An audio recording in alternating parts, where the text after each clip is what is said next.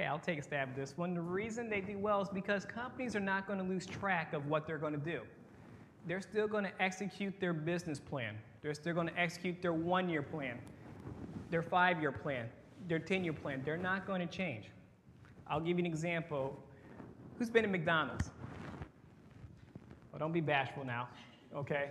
Nobody, no judging here. Remember, this is financial wellness, not dietary fitness. Come on, okay. I know I'm not alone. Who else has been at McDonald's? There we go. Who's been at McDonald's going the last 20 years? Okay, so let's talk. What have we seen? How's McDonald's changed over the years? What's that? Prices have gone up, absolutely. What else has changed? I heard, okay, menus have changed. That's an excellent one. Right there.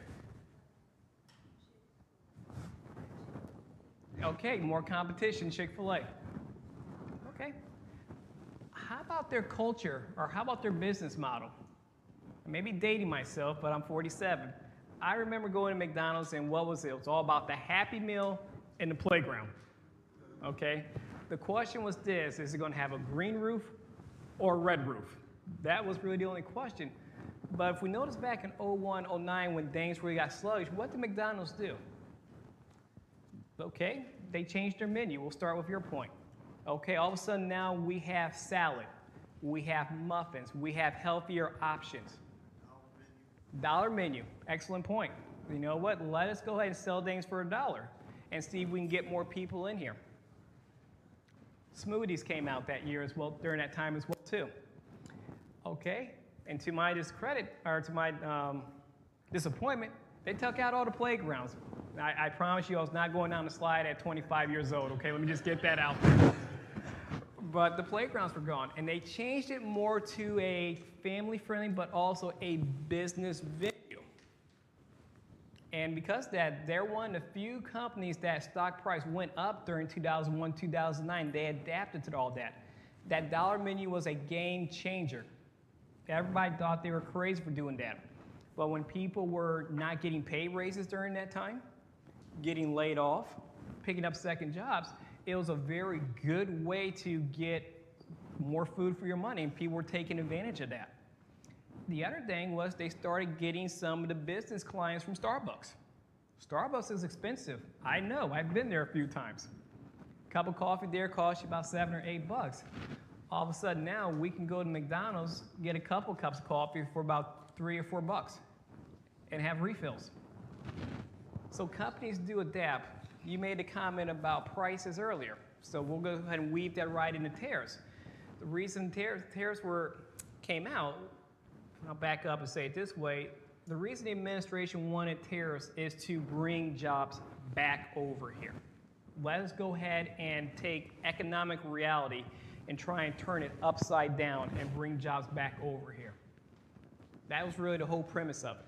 Okay, we want to do automotive, we want to do furniture here, we want to build more cars here, we want to build phones here. That was the whole premise, to get these jobs back over here. And President Trump said, I'm going to make you companies do this. You're going to do this. But companies adjust and adapt. So going back to McDonald's, McDonald's said, this is our business model. We may be subject to tariffs, but you know what? We're just going to raise our prices, because McDonald's knows at the end of the day, Kevin Corbin is still going to shop there. Okay? I may be disappointed. My Big Mac's a little bit more expensive, but at the end of the day, I'm still going to shop there. Walmart's another example. Have you noticed their prices have slightly gone up over the past year? Okay, a nickel here, quarter here. That's how they're adapting to it as well too. So the point I'm making is this: companies adapt, and that's why we stick with our portfolio. We trust those companies to adapt, and they will. Apple's another one. So Apple gave President Trump a peace offering. Okay, we will bring, we're going to give you an Apple trophy. We're going to give you an Apple plaque because you like shiny things. And that is a true story. I'm not making that up. The other thing is, you know what? We'll throw you a bone. We're going to have a factory in Kentucky, and we're going to build something. That got them out of crosswinds of the tariffs. You need a bit, anywhere you want it on the coat? Have you come up right here. Hey, you're the expert. You use this every Sunday. Really?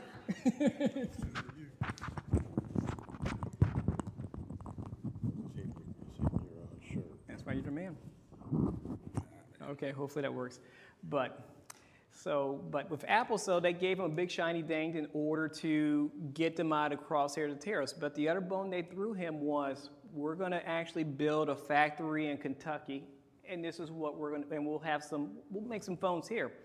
But at the end of the day, those phones are made in China. Do you know why they're made in China? That's right, lower labor costs. You make those phones over here, labor cost goes up with minimum wage, and then also you have to factor in benefits. Someone ran a study. Do you know how much an iPhone would cost if it was made here? $3,500. Okay? Whereas you buy it straight up now, $1,500. What's that? Mm-hmm. Yeah. Here's the other thing they decided to do. Just in case that comes up again, Apple researched actually, and India, the country, and said, you know what? This workforce is almost similar to what we have in China. So we have to diversify and move over to another country that's exempt from tariffs. We're going to move our production to India. And so that's how companies adjust, how these companies have been adjusting to tariffs. And it goes back to our portfolio and our conversation from last week. If you stick to those top 10 things, you're going to be all right. Good quality companies, stick to our long-term strategy, and stick to your goals. Any questions so far? All right. So we look at the next page. What this is showing is the S&P 500, and I know we talked about it last week, but I'll bring it up again. The S&P 500 is an index that mirrors the Fortune 500 companies. So if we go back to 1929 to 2025, it doesn't matter if the chart is red or blue, you still see constant growth. And that further shows that companies are going to go out there and make money, no matter who the president is, who the Congress is, or what economic policy that they may try and roll out. Okay, this is going back almost over 100 years. Okay, next I'd like to draw your attention to that first paragraph. And if you notice the last sentence, it says, you may be surprised to learn that the stock market has increased under every political combination in Washington, provide an average annual return over 11% since 1970. And the economy has grown regardless of which party controls the White House and Congress. Now, I'm not oblivious. I know we are getting pushed to the max right now of what's going on in the current administration.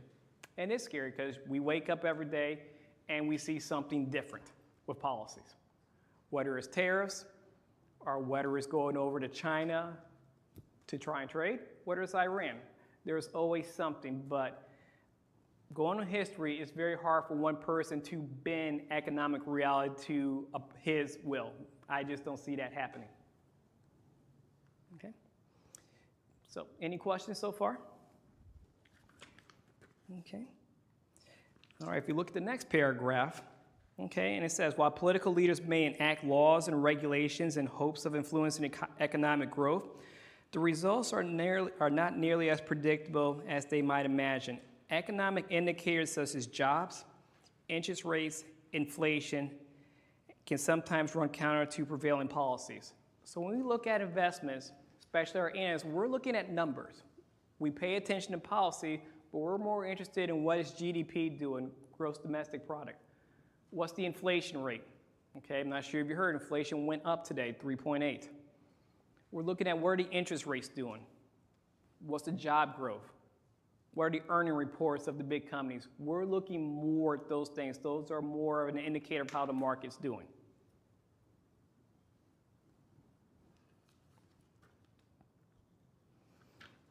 So the other thing I would like to stress is when we do see things that happen, so for example, let's go with tariffs last year, I like to throw the analogy I like to use is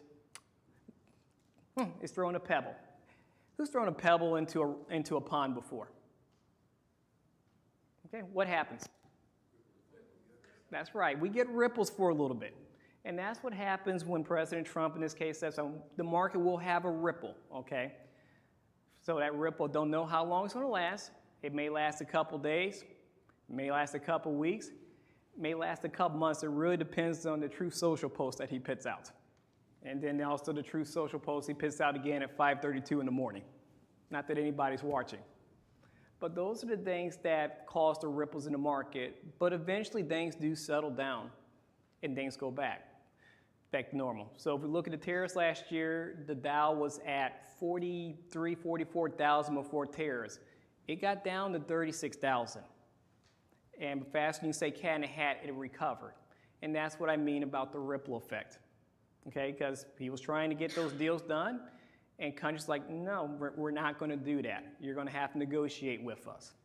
The other thing, Jamie Dimon, he's the CEO of JP Morgan, called over to Trump and pretty much said, dude, what are you doing? And that's why we keep politics out of our portfolios. Can you imagine trying to manage money with every news feed that comes out, every Truth Social post that comes out, every headline that comes up? It will turn us all gray. I mean, it's just too much to keep up with. And that's why I always stress my clients, keep your portfolio as it is. If we need to make a slight adjustment, that's what you pay me to do for you. But don't panic. Stick to your long-term goals. Stick to your long-term strategies, because none of these companies are going to go out of business. They are all going to adjust in some capacity. Maybe they raise their prices. Maybe they change their distribution chain. Okay? Or maybe they give the president a nice shiny object just to get out of those crosshairs for a hot minute. Okay? So I know I've been talking for a minute. Any questions? Yeah, so do you feel that this tariff is going to be a positive outcome after it's all over with? Okay, so the question is, do I think the tariffs are going to be a possible outcome or a positive outcome? I would have to say no. And my thought process is, because at the end of the day, despite what President Trump says, China, European Union, any country, they are not paying those tariffs. That's not how tariffs work. It's economics 101. Companies pay those tariffs when they bring those things over, and they're going to pass them down to the consumer. Okay, they will raise the price. That's how it works. So no matter how much he talks, that's just the economic reality. With that being said, negative is this: he's not going to change his way. He is determined to show tariffs will work. I went to a presentation, there was a gentleman from Washington, D.C. that talked, Chamber of Commerce, and he boiled it down to three things. One, the guy is 79 years old. Okay, he is stuck in his ways. Oh, that's the reality of it. Two, he wants to show that he has the political savvy and the business savvy that he is ultimately right. And the third thing is, he likes being able to wield that sword as retribution, okay? For example, I think it was Sweden. He didn't like how the president or prime minister responded to them. Next thing you know, 10% tariff. So those are going to be here for a while, no matter what the courts say, okay? Court shot him down pretty easily back in February. Like, you can't do this. This is approved by Congress. But his crew, they're always looking for a loophole to put those tariffs in play. So hopefully in 2 years, goes out the window and things could get back to somewhat normal. My concern is this: normally if a business raises a price, rarely do they bring it back down. Because if they know a customer is going to pay this for it, they're going to keep it there. What other questions are out there? Okay. Okay, all right, so a couple more paragraphs here we'll touch on. Okay, so the market is more powerful than politics. Administrations come and go. The stock market is here to stay. It's been around since 1929. And that's what we mean by that. Just the market and the companies involved in the market, they are more powerful than politics. Politicians will come out all the time and say, I promise you this, I can do this, and we're going to do this. But very rarely are they able to get everything they done on their agenda because of the checks and balance system we have in this country.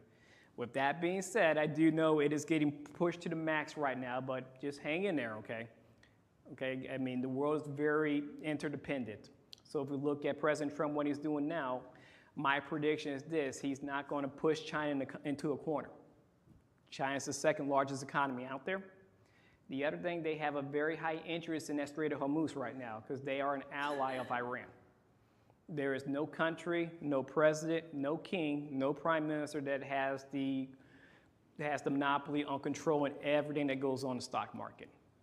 Okay, it's not going to defy economic reality.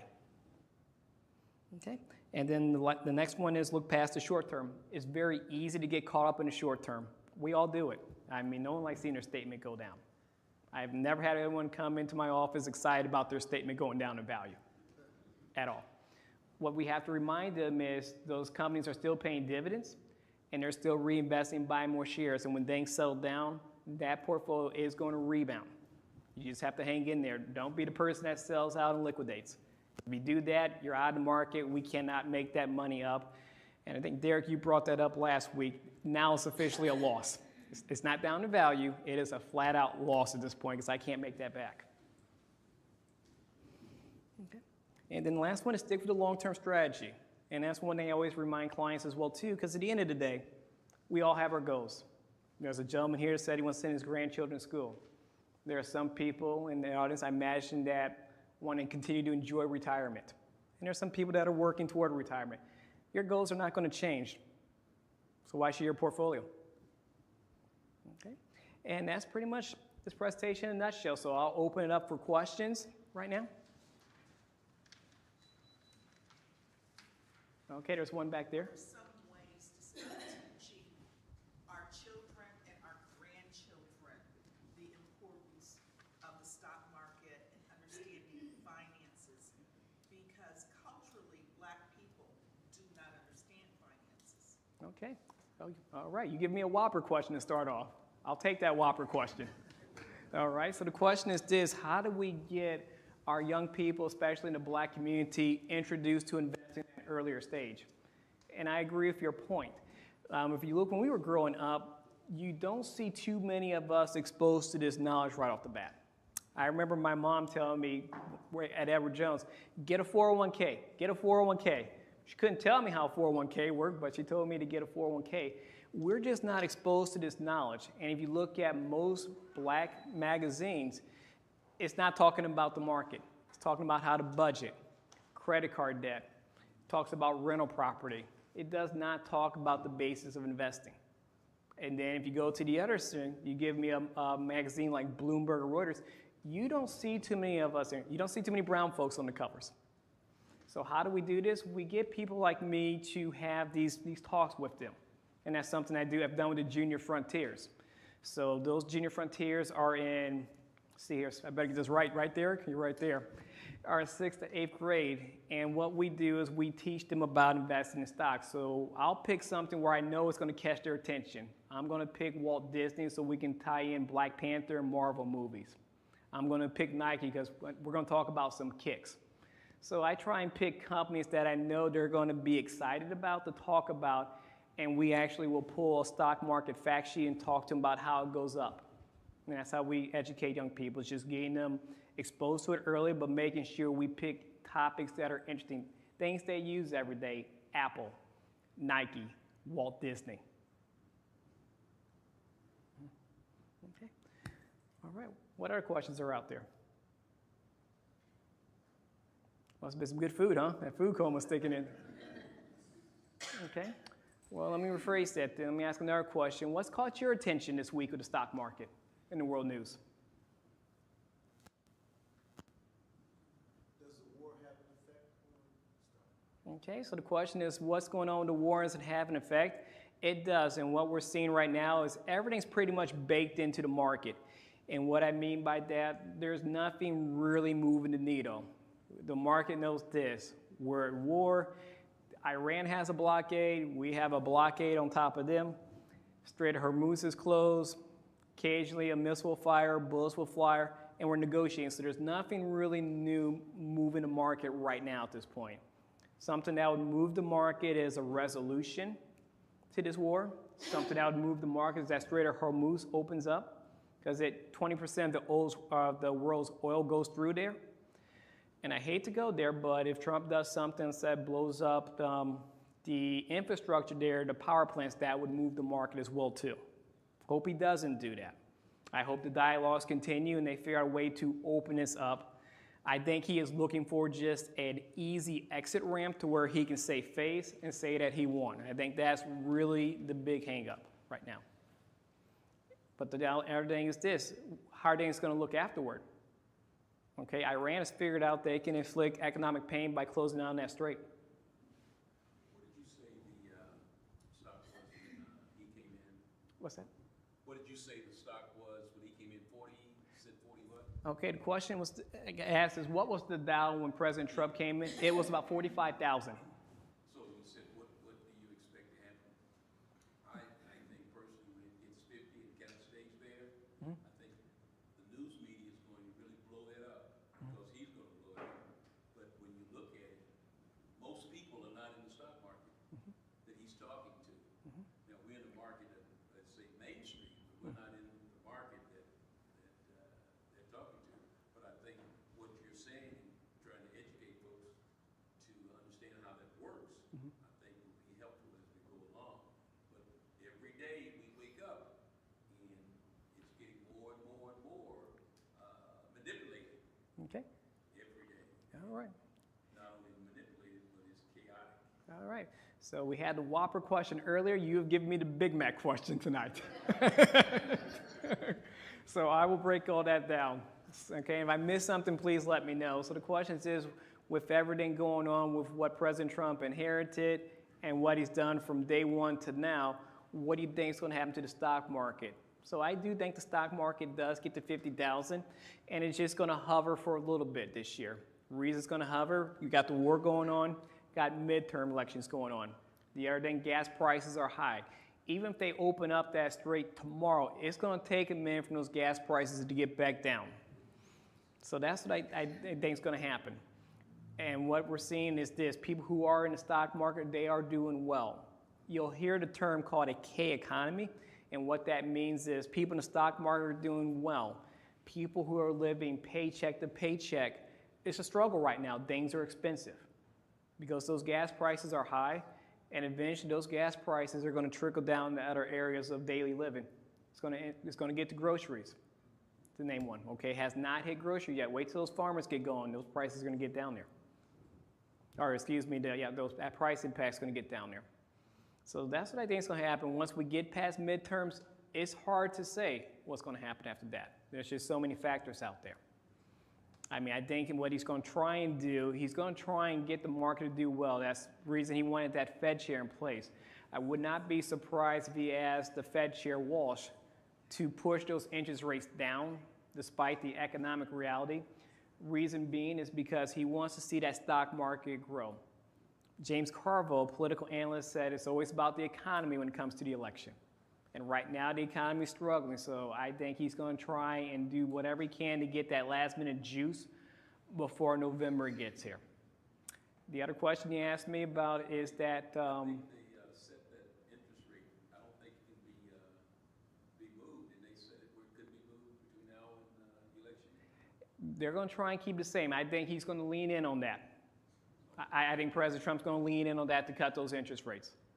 I mean, we saw what he did. I'm not sure if you noticed, he's been on Jerome Powell the whole time. And normally the Fed chair is independent from the president. The reason they want that in place is because economic policy is looking more long-term. It's not looking at an election cycle every 2 years.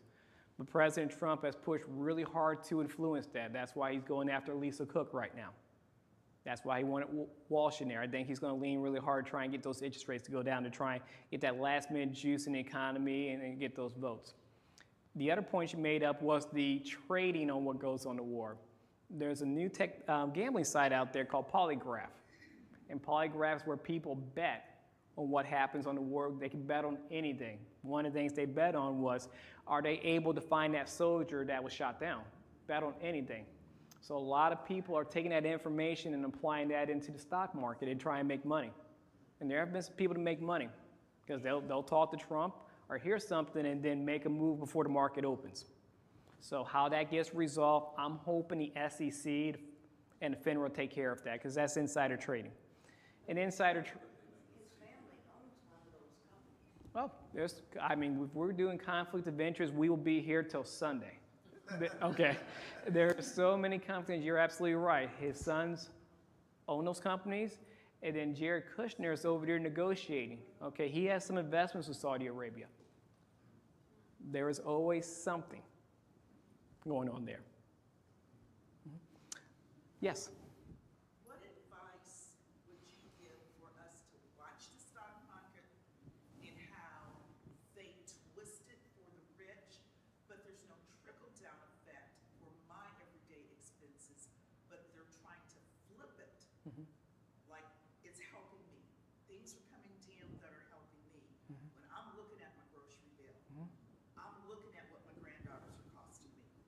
Now, I give to them and support them willingly because these are things I want them to be in extracurricular.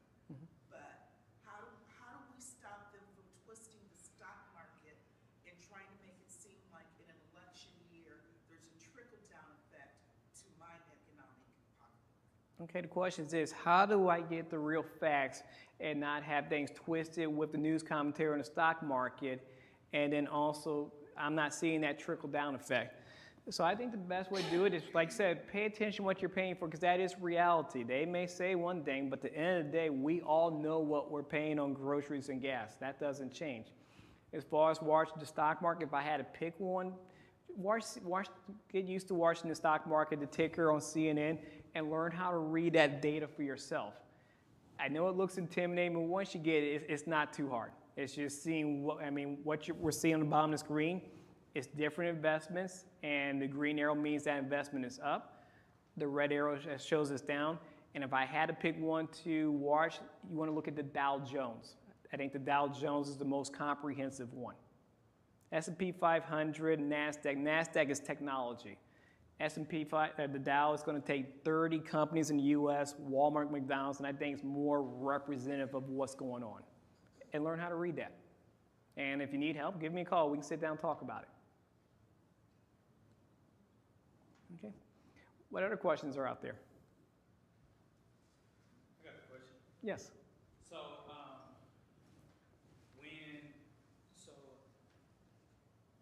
I've made investments, but I'm looking to get more in the AI sector. Okay. What do you suggest when like a lot of those companies are already like at a price where like it could be intimidating as far as the share price? So what do you suggest as far as that goes? Do you like just invest what you have, or do you save up to where you can purchase a full share? You know, what do you suggest as far as that? Okay, so the question is this: if a person's trying to get into technology, specifically artificial intelligence, and the price point's pretty high, so I imagine we're looking at a company like NVIDIA, right? Okay, NVIDIA is $200 a share. How do we get into that investment and make it cost efficient? So you want to do that by getting into a mutual fund that has those technology companies in there. So for example, Growth Fund of America, that one's going to have Apple in there, Amazon, NVIDIA, Tesla, Visa, MasterCard. And it does two things. You can get in there at a lower price point, and you can get more shares, because that's the most important thing, is getting more shares. Getting 2 shares in NVIDIA is cool, but is that really going to help your overall goal? No, I would rather see somebody get 25, 50 shares of Growth Fund of America. Okay? All right, thank you. You're welcome. Okay. All right. What other questions are out there? Okay. Do you have any predictions for me? What's going to happen in the stock market? Yes. Is it better to, as you are more financially stable and able to invest more, is it better to invest in individual stocks or into the indexes? Okay, the question is this: as a person gets a bit more successful and their portfolio grows, is it better to invest in stocks or index fund or mutual funds? I would say this: it depends on how involved a person wants to be. If a person has a straight stock portfolio, that's a lot to watch. That's a lot to watch. You have to watch that every day.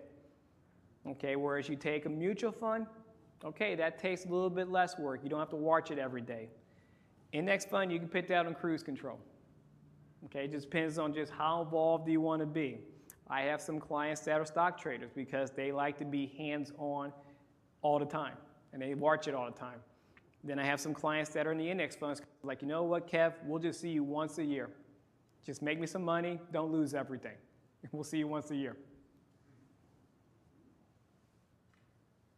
Okay.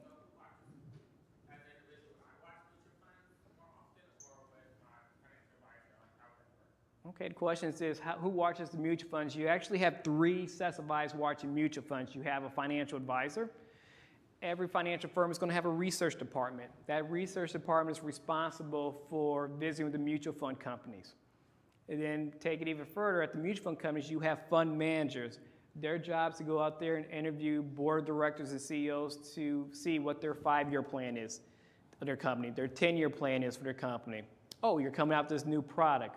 Are you going internationally? Oh, by the way, let us see your books as well too. So you have 3 sets of eyes looking at mutual funds, and that's why a lot of people prefer that.